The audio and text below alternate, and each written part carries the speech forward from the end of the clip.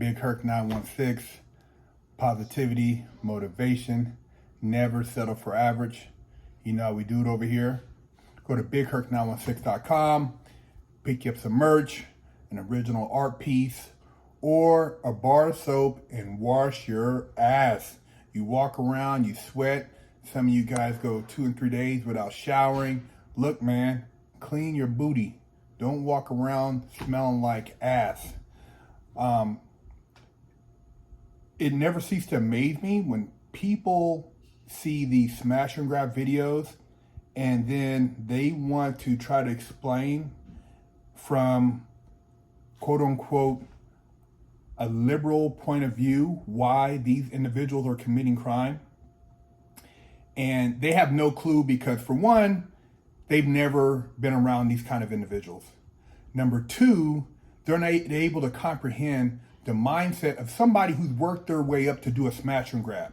Number three, they're showing sympathy and acting as though the people committing the crime are actually victims. And I'm not picking on liberals, but I'm picking on liberals in a sense of you have no clue. You guys want to say that, like this person in particular said, if it wasn't for lack of jobs, policing the police, and Medicare, these people wouldn't be committing their crimes. Let me tell you something about a smash and grab, and you're talking about Medicare, jobs, price of gas, food, and what have you. I know plenty of people growing up that were dealing with financial situations. They were not doing smash and grabs. They worked 2 and 3 jobs, and as far as Medicare, most of the people smash and grabs don't give a damn about medical. They've never seen a medical form. They're not thinking about jobs because most of them probably never filled out a job application. When you've gotten to the point where you're brazen enough to go publicly with a hammer, with a crew inside a mall to rob a K Jewelers, you've already built up a certain psychology behind your actions. It's not you wake up one day and, hey, I'm gonna rob a bank. Hey, I'm gonna go jack this drug dealer. It's a buildup. You don't get it, man. It's a psychology. So for you to say, oh, medical, no medical, unemployment, the this and that. Look, man, you're full of shit and you have no idea what you're talking about. And most of you don't even know anybody in that demographic to understand what they're going through psychology-wise. Because I've been around them and I participated in things and I know the mentality, and you don't just do that. You have to build up a certain level of confidence. Yes, criminals have a level of confidence and cockiness that they're going to get away. So you're not going to just go from stealing some fruit or pizza out of Safeway to robbing a jewelry store. You're programmed and indoctrinated into that mentality, which allows you to feel that you're capable of doing that and getting away with it until you get caught. And if you don't get caught, you build up from there. And it's a build up until you have a point where you're a professional criminal. And the only way you can reverse that is that person has to accept responsibility, not blame their actions on lack of jobs, Medicare, because there's always something you could do. You can slang hot dogs, slang water, you can mow people's lawns, you can go and work for somebody and sweep floor. You can do a lot of things. There's a lot of things out there. I got people, that hit me up all the time saying, hey man, we're hiring for the city. Doesn't matter if you have a felony. Hey man, do you know anybody who wants to drive a truck? Big Herc, I'm hiring. And I've hooked people up and they've let me down. So don't tell me the bullshit about the jobs and medical. These people don't care about that. And some people, because of the level of where they're operating mentally, they're not even hearing what you're saying. It's not even, it's like 2 different languages. So you can't, with your suburban lily life, living and you've always had both parents or you always had a working class family behind you relate to somebody who's dealt with maybe a drug addict family member, alcoholic family member, people in your family who are negative, people who telling you ain't shit, people who are putting glass ceilings on you, people who have told you that you ain't gonna amount to shit and your only way out is you thinking drugs, maybe being a musician, maybe sports, maybe the military. You don't know because you've never been around it. I've been around both. And I can tell you that it's a hard transition. And it took a lot for me to be able to distinguish how this side thinks and how this side thinks. And I'm not judging the smash and grabs. And I'm not judging you. I'm just laying out simply observations. You can call it good or bad. On one side, it could be looked at for these guys robbing jewelry as a good thing because they're going to be able to hustle, flip the jewelry. They got another guy who owns another jewelry store who they're selling the jewelry to. Hey man, it's already, look, bring me this, and this. I'm going to give you this. And they got insurance. So what? Over here on this side, you're saying, well, it's sad. And these guys, because of, the injustices, they're doing this. Look, man, when I was doing crime, I never thought about any injustices. It was just not to get caught.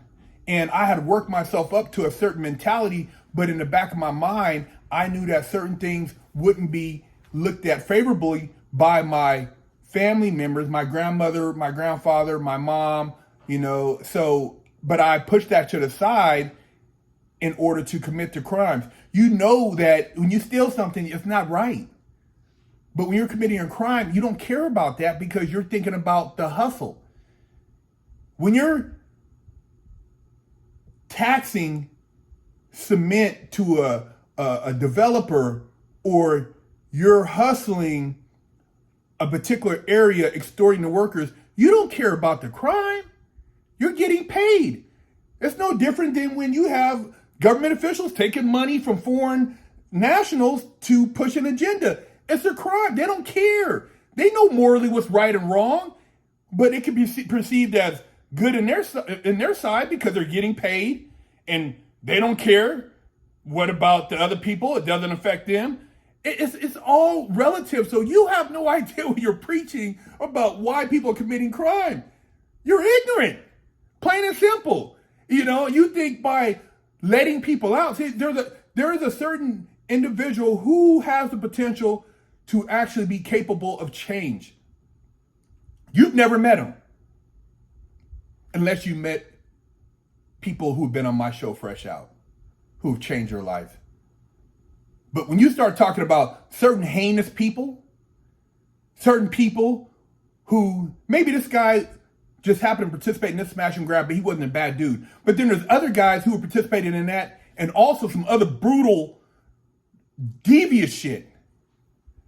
They're demons, soulless. They're not capable of rehabilitation.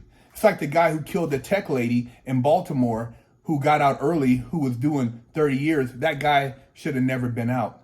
Certain people like that, they get out and they do the exact same shit. It's in their nature because they're demons. They're possessed. It's a spiritual thing.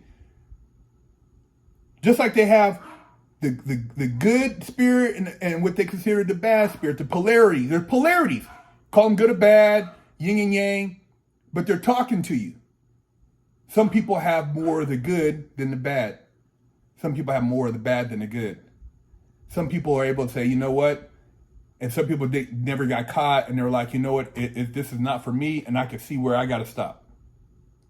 Other people don't stop until they get caught up in a situation, and by bad situation, somebody gets killed, and then they're doing life, and then they turn the life over to God, and they try to help other people coming in because they realize they should have stopped. See, I've been around it, man. You want to have a conversation, holler at me, man. I've interviewed thousands of people. I've been around thousands of criminals, and my show, Fresh Out, has been involved in criminal psychology more in depth than any of these so-called doctors trying to tell you why and this and that, economics. I know people from the hood who are very smart with very little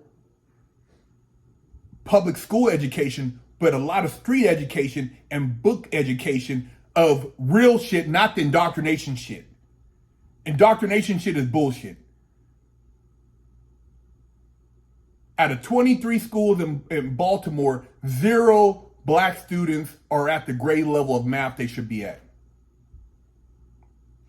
But what are the schools teaching you anyways? Everything I learned in school, for the most part, I threw out the window outside the basic mathematics and English vocabulary. And then I had to take that a step further with the Black's Law, because Webster's is garbage. Merriam's is garbage.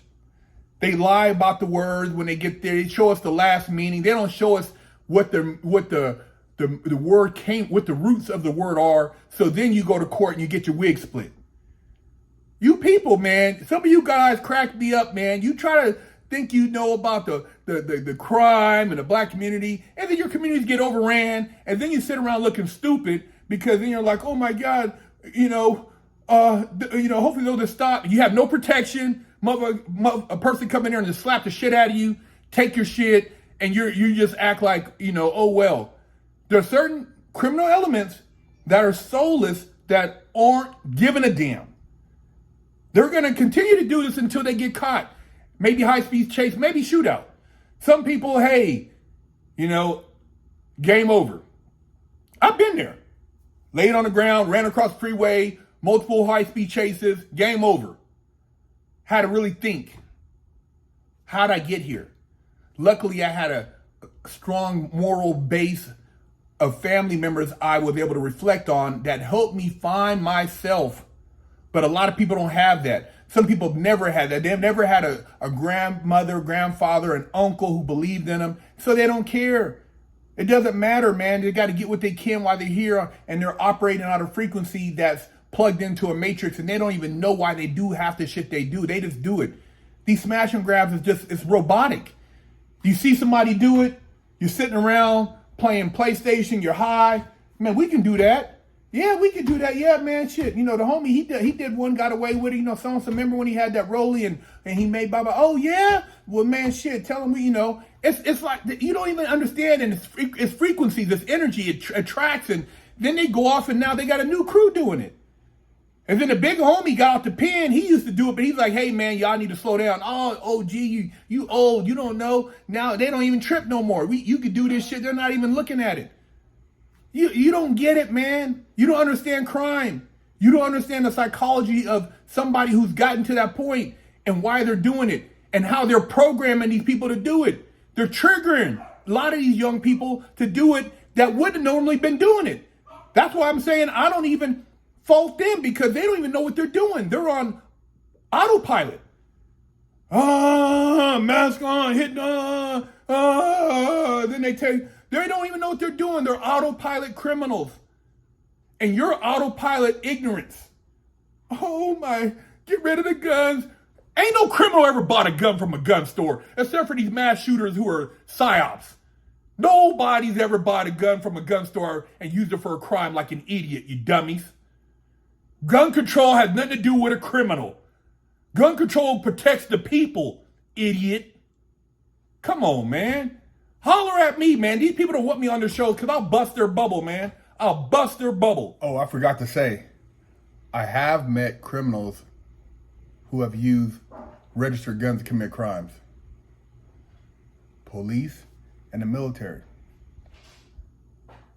I interviewed some, and they've told me stories. And they use registered guns to commit crimes. Those are the only ones I know of. I've never heard of anybody on the street using a legal registered gun to commit a crime outside of protecting themselves against other criminals. It's not any pun intended against the police or the military, but you guys know what I'm talking about. Ask the dudes I interviewed from Rampart. Ask some of these guys who unknowingly were on autopilot in the military in foreign nations doing things with guns that were registered, but they were doing it under an authoritative initiative. Look, man, I'm a thinker. I know the game, man. Another thing, it's only a crime when you get caught. There's a lot of people in our government who have never been caught. Therefore, It's not considered a crime until they indict you. Hey, keep it 100. Big Herc 916. Officially, I only got one real spanking my entire life. My mom did the best a 14-year-old could do, raising me with love and instilling values that will last a lifetime. I was a straight A student and lived to make her happy. So how did I go astray? A horrible stepdad that stole my self-worth and invoked fear turned me into a person that I struggled to overcome. From skateboarding to selling drugs, gang banging in juvenile hall, I got caught the same way many young promising men get caught up. I struggled to find my identity, getting mixed up in shootouts, crime, and the adult entertainment industry.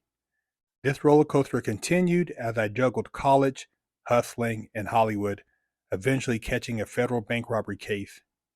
I found redemption in prison while serving a 120-month federal sentence and came out a man on a mission. I became a social media influencer with over 500 million views on YouTube and a life coach mentoring people all over the world. This is my journey against all odds.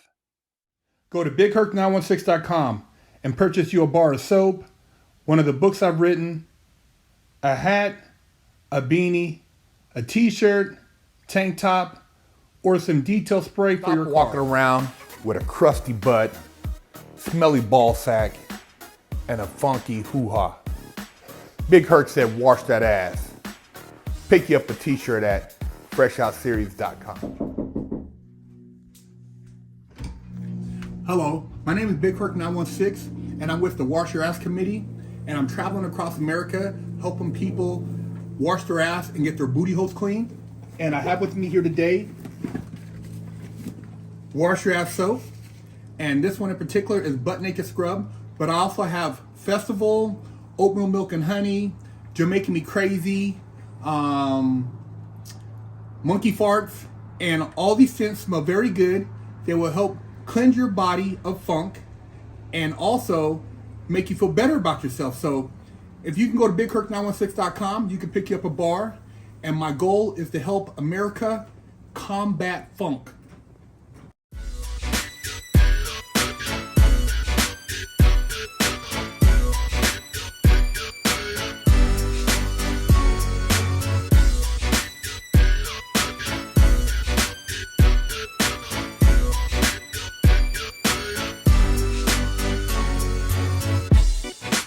Lockdown's over. Get your yard time in. Exclusively at freshoutseries.com.